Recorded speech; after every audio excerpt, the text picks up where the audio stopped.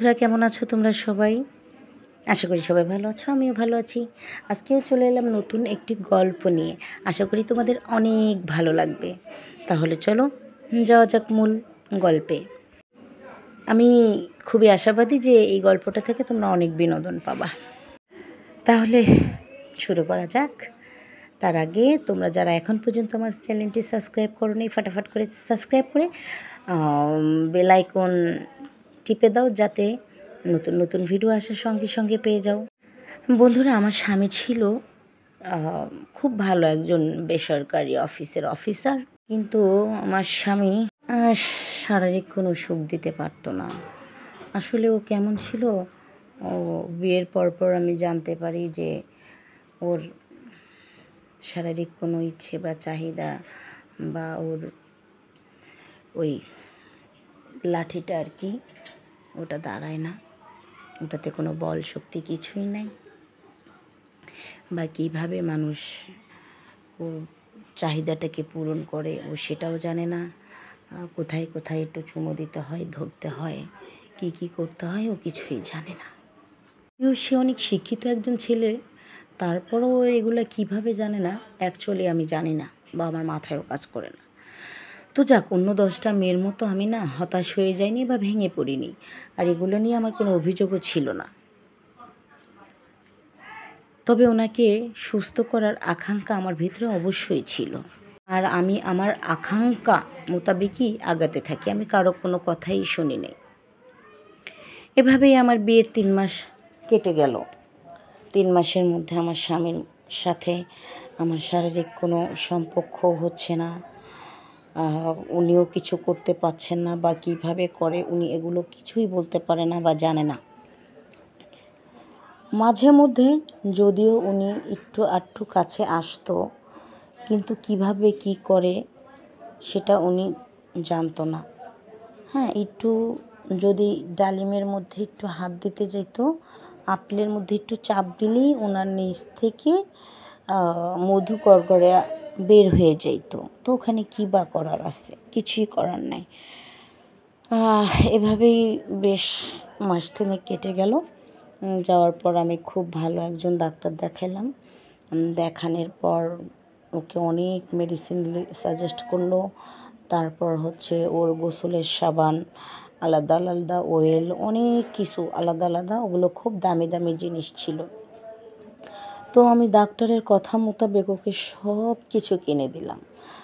দেওয়ার পর ডাক্তার বলেছিল উনি এগুলো 1 মাস খাবে, আর 1 মাসের মধ্যে এই ওষুধ চলাকালীন বা ব্যবহার করাকালীন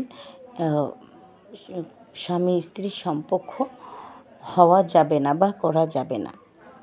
তো ঠিক ডাক্তারের কথা মোতাবেক ডাক্তার যেভাবে বলেছিল সেভাবে কাজ করেছিলাম। 1 মাস আমরা আলাদা ঘরে থেকেছি। 1 মাস কেউ কারো গায়ে একটু হাত দেয়নি, যদিও আমরা এটা আগে থেকে অভ্যস্ত, সেটা তো আর ডাক্তার জানে না। ডাক্তার ম্যাডাম তো ভেবেছিলেন যে কিছু না থাকার মধ্যেও হয়তো বা টুকিটাকি আছে, তাই না? কিন্তু আসলে বিষয়টা ওরকম তো ছিলই না। তারপরে যেটা হলো সেটা হচ্ছে করুণ এক ইতিহাস। তাহলে চলো এই করুণ ইতিহাসটাই শুনে আসি। আর করুণ ইতিহাসের শুরুর পর্বটা কিন্তু খুবই মজাদার। সে যাই হোক, বলবো। ডাক্তারের কথা পুরো ফলো আপ করে 1 মাস পর চলে গেলাম আবার ডাক্তারের কাছে। যাওয়ার পর উনি জিজ্ঞাসা করলো যে আপনি কি 1 মাস ঠিক মতো মেডিসিন নিয়েছেন? যা যা বলেছিলাম স্বামী স্ত্রীর সম্পর্ক করতে না, সব কিছু নিয়মকানুন মেনেছিলেন? হ্যাঁ, অবশ্যই।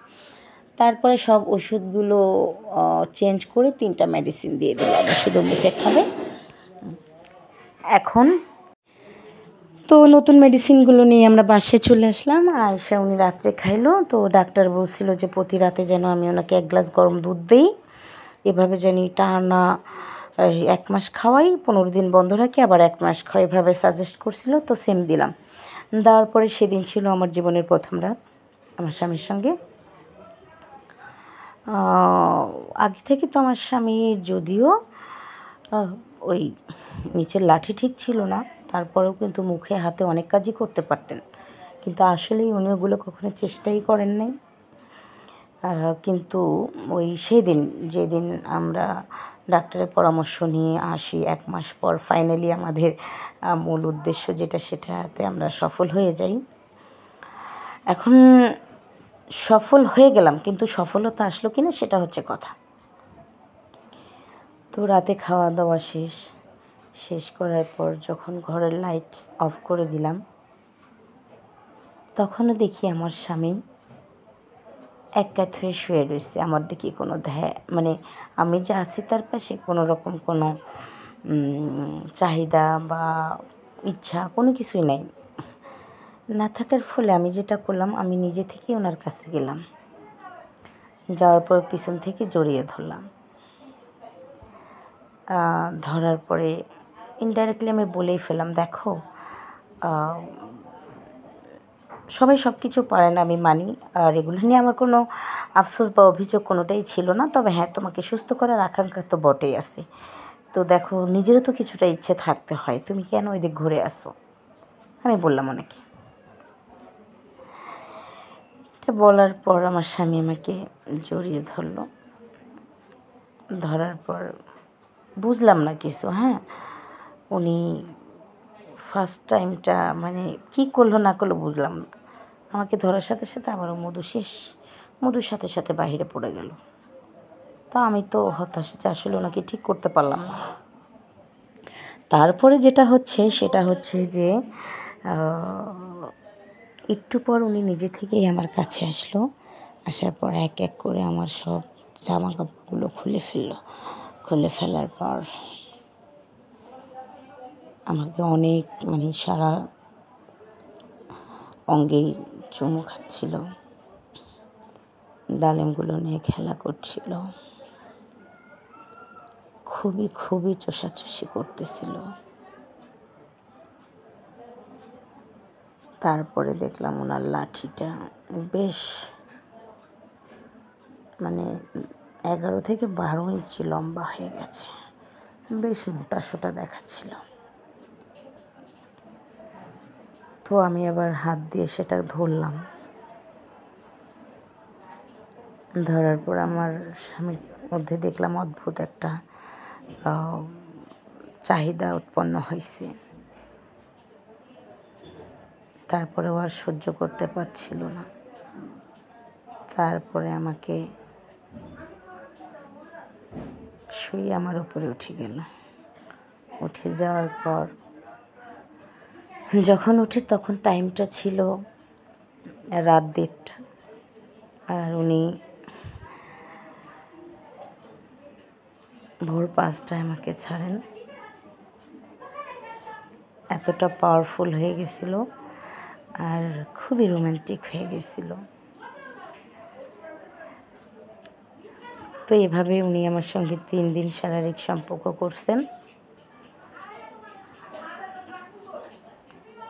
করার পর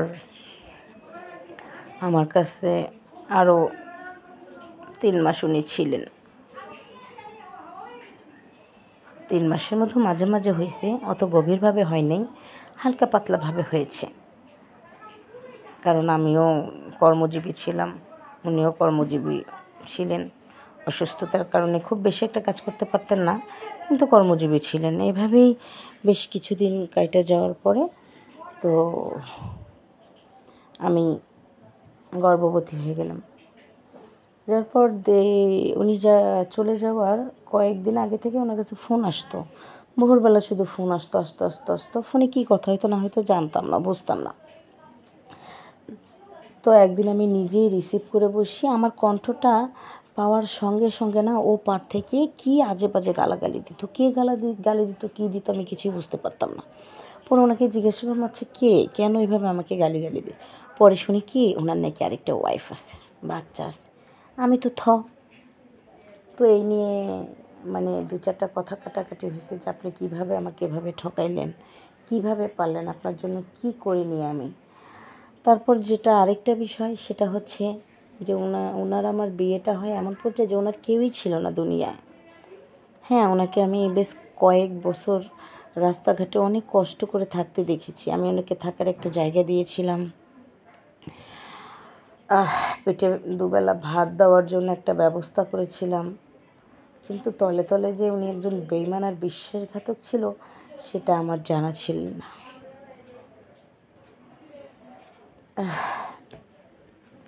গল্পটা তোমাদের মাঝে তুলে ধরার একটাই কারণ, আসলে জীবনের গুরুত্বপূর্ণ বিষয়গুলো বুঝে সামলিয়ে নিতে হয়।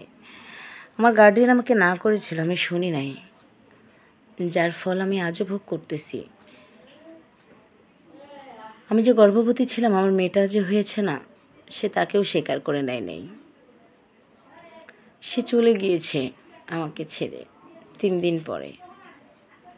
ওই ঘটনার ওই কথা কাটাকাটি 3 দিন পর আমার যা কিছু ছিল, টাকা পয়সা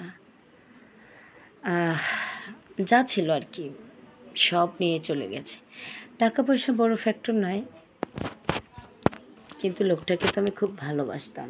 ওর জন্য তো আমি বাবা মার কথা শুনলাম না, যারা আমাকে জন্ম দিয়ে এত বড় করেছে তাদের কথা শুনলাম না। কিন্তু সে আমার জন্য কী করলো এটাই দেখার বিষয়। তো আমি যে ভুল করছি, যে ভুলটা আমি করছি, আমার জীবনটা তছনছ হয়ে গেছে, শেষ হয়ে গেছে। আশা করি এই ভুলটা তোমরা কেউ করবা না। অবশ্যই বাবা মার কথা শুনবা। বাবা মা যেটা সাজেস্ট করবে সন্তানের ভালোর জন্য, অবশ্যই ভালোর জন্য করবে। কারণ পৃথিবীতে নিঃস্বার্থভাবে উপরওয়ালার পরে একটাই ব্যক্তি, সে হচ্ছে বাবা মা, যারা সন্তানের ভালো চায়। এই জন্যই তোমাদের কাছে গল্পটা তুলে ধরা। তো সবাই ভালো থেকো, সুন্দর থেকো, সুস্থ থেকো, সবার জন্য রইল শুভকামনা।